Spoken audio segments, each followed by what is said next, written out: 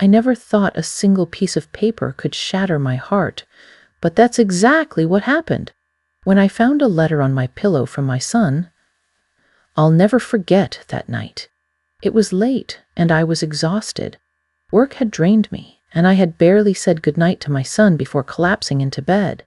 But as I pulled back the blanket, there it was, a folded piece of notebook paper, sitting right where my head would rest. My first thought was that it was something sweet. Maybe a drawing, maybe just a good night, Mom. He had done that before, but when I opened it, my hands started to shake. The words were messy, rushed, but every sentence cut into me. He wrote, "Mom, I can't hold this inside anymore. I know what you did. I saw you with him. I heard the things you said. And I don't know how to look at you the same way again." I froze. It felt like the air had been sucked out of the room. My son, my sweet, innocent boy, had discovered the one thing I swore I would keep hidden. The truth is, I had been unfaithful to my husband. I wish I could sit here and tell you it was just a mistake, a fleeting lapse in judgment. But it wasn't. It was months of secret messages, stolen hours, lies piling on top of lies. I justified it to myself, told myself my husband was distant, that he didn't see me anymore, that I deserved to feel wanted. But I never thought my son would be the one to catch me. I kept reading the letter, tears blurring my vision. He wrote, "I thought you were the one person I could trust the most. Now every time Dad hugs you, I feel sick because I know the truth. I don't even know if I want to live in this house anymore. I don't know how to pretend like everything is okay. I had to sit down because my knees gave out. It wasn't just betrayal of my husband anymore. It was betrayal of my son, the boy who looked up to me, who trusted me more than anyone. The guilt crushed me.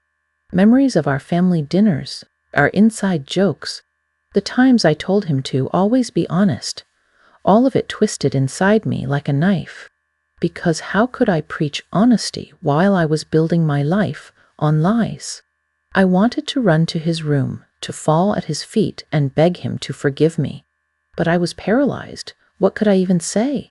How do you explain to your child that the person he thought was his role model is flawed, weak, selfish? The next morning, he wouldn't look at me.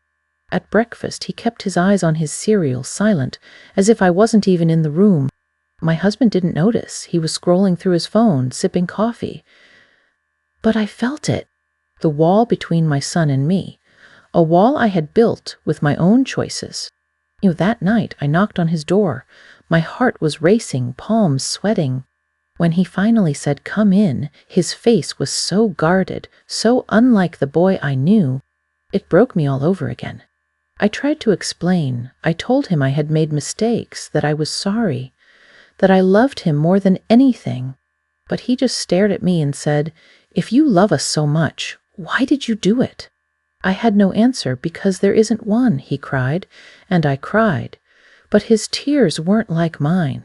His were the tears of a child whose world had been ripped out from under him. For weeks, things were unbearable. He barely spoke to me. He would come home from school, go straight to his room, and shut the door. I could hear him crying sometimes, and every time it tore me apart. Eventually, the truth came out to my husband, too, and the house that was once filled with laughter became heavy with silence. We tried counseling, we tried family talks, but the damage was done. My marriage crumbled.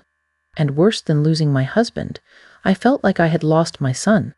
I'm sharing this because I want people to understand something. When you betray someone, it doesn't just affect the person you betray, it ripples outward, crushing everyone around you. I thought I was only hurting my husband, but I ended up breaking my son's trust, maybe forever. Sometimes, late at night, I still see that letter in my mind, the shaky handwriting, the pain in every word. It was the first time my son ever truly saw me. Not as a mother, not as a guide, but as a flawed human who let him down. We're trying slowly to rebuild. My son talks to me more now, though there's still distance in his eyes.